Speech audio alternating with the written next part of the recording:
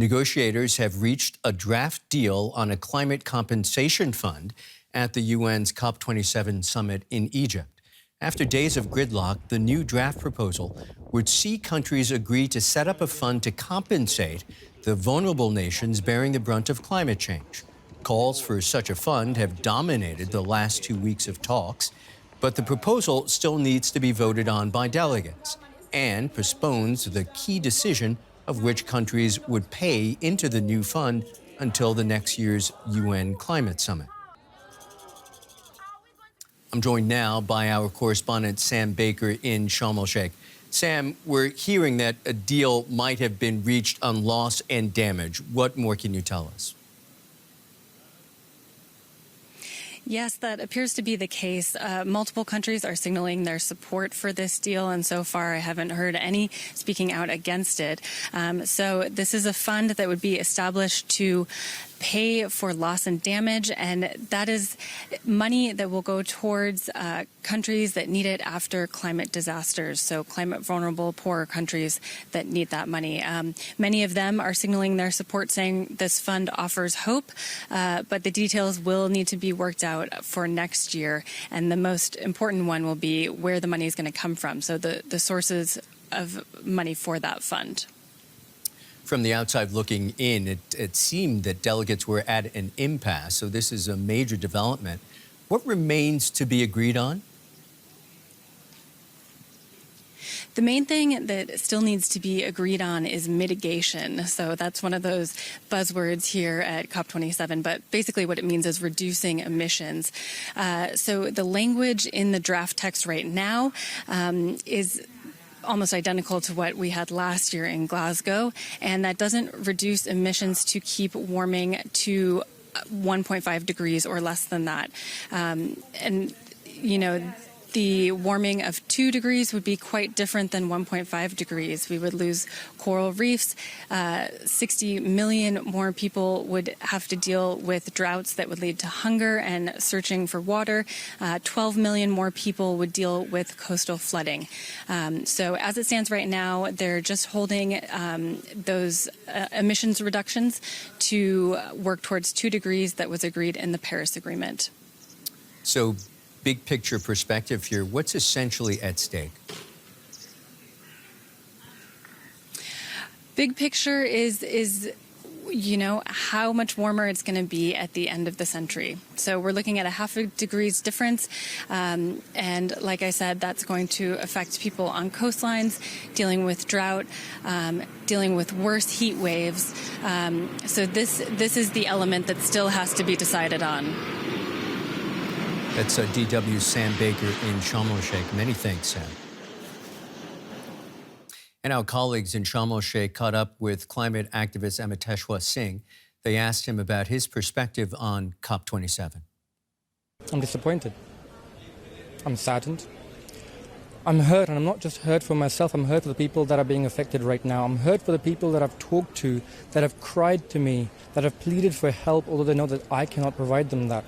They're pleading because they don't have access to anybody in the global north to actually plead to that has decision-making powers. So I am here to send that message to the people that have that power.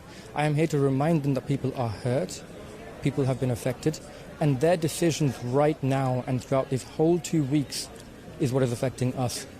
I'm here to remind them that they're here to work and they need to get to work quickly and now. There needs to be no comparison between one thing and another. It needs to be collective, it needs to come together, and we can win only that way.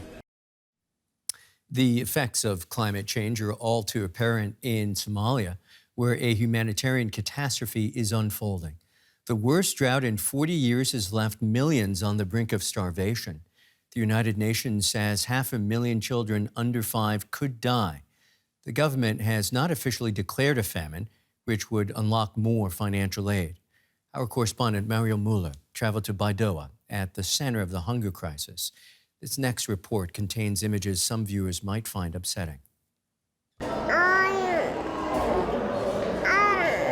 These children are fighting for their lives. From all over Somalia, those most in need get referred to this hospital in the capital Mogadishu. Many die on the way. Little Amina Abdi weighs less than half of what a healthy child her age should. For days, she's been in a coma. Amina Abdi now, she is 7 kg. Unusually, normally she was supposed to be 16 kg. She came with severe acute malnutrition with critical condition, which is called a shock. Now she is a terminal case. A terminal case at only 4 years old. This is the impact of the extreme drought that's devastating Somalia. It's the worst in 40 years. Baidoa is 250 kilometers west of the capital. It is seen as the epicenter of the hunger crisis. The situation in the hospital here is desperate. According to the UN, a child is being admitted for medical treatment every minute. Famine hasn't been officially declared yet by the government, but a doctor told me, based on the cases they're seeing, the situation now is even worse than during the last famine in 2011, when 250,000 people died. 1.5-year-old Mariam was admitted a few days ago. She's showing typical symptoms of malnutrition: diarrhea, vomiting, and whooping cough.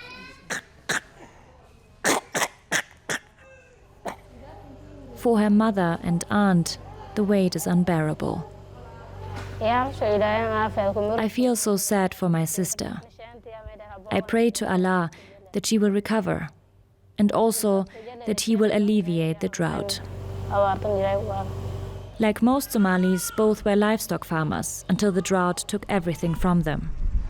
4 rainy seasons have failed, and there are fears that a 5th will now fail too. High food prices due to the war in Ukraine, decades-long civil war, and climate change have created an unprecedented humanitarian disaster, aid organizations warn. Millions are on the brink of starvation. The United Nations Children's Fund, UNICEF, says $1 billion in aid is needed to avoid the situation getting worse.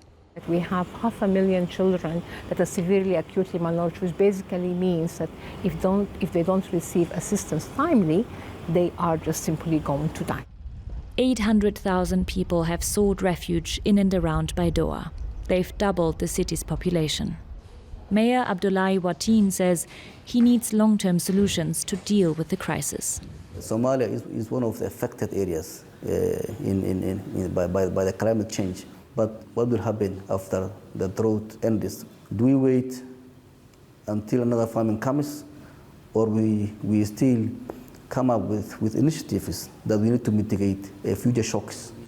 He expects help from the world's biggest polluters. While African countries contribute less than 3% to climate change, they are among the most vulnerable to its impact.